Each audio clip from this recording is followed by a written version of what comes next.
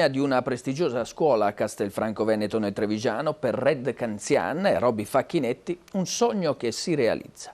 Maria Piazzorzi. Chi fermerà la musica? Quella dei Pooh di sicuro sarà perpetuata a partire dalla piccola Castelfranco Veneto, dove l'Art Voice Academy del maestro Diego Basso ha deciso di dedicare il principale auditorium proprio alla pop band. Quei Pooh che, dopo aver dato ufficialmente l'addio alle scene, dopo 50 anni di straordinaria carriera, continuano a incantare generazioni di fans. Basti pensare che hanno appena conquistato il doppio disco di platino con l'album Pooh 50, l'ultima notte insieme. Il trevigiano Red Canzian.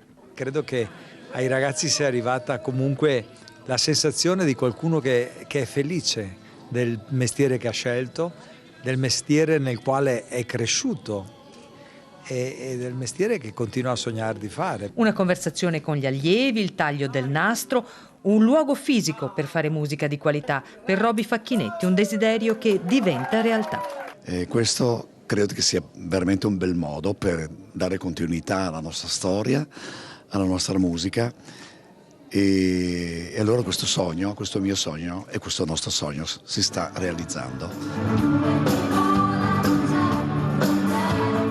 1 migliaio di persone ha assistito in serata al concerto degli allievi, alcuni già affermati cantanti dell'Accademia, affiancati dall'orchestra ritmico-sinfonica italiana diretta dal maestro Diego Basso, nella cornice di Piazza Duomo.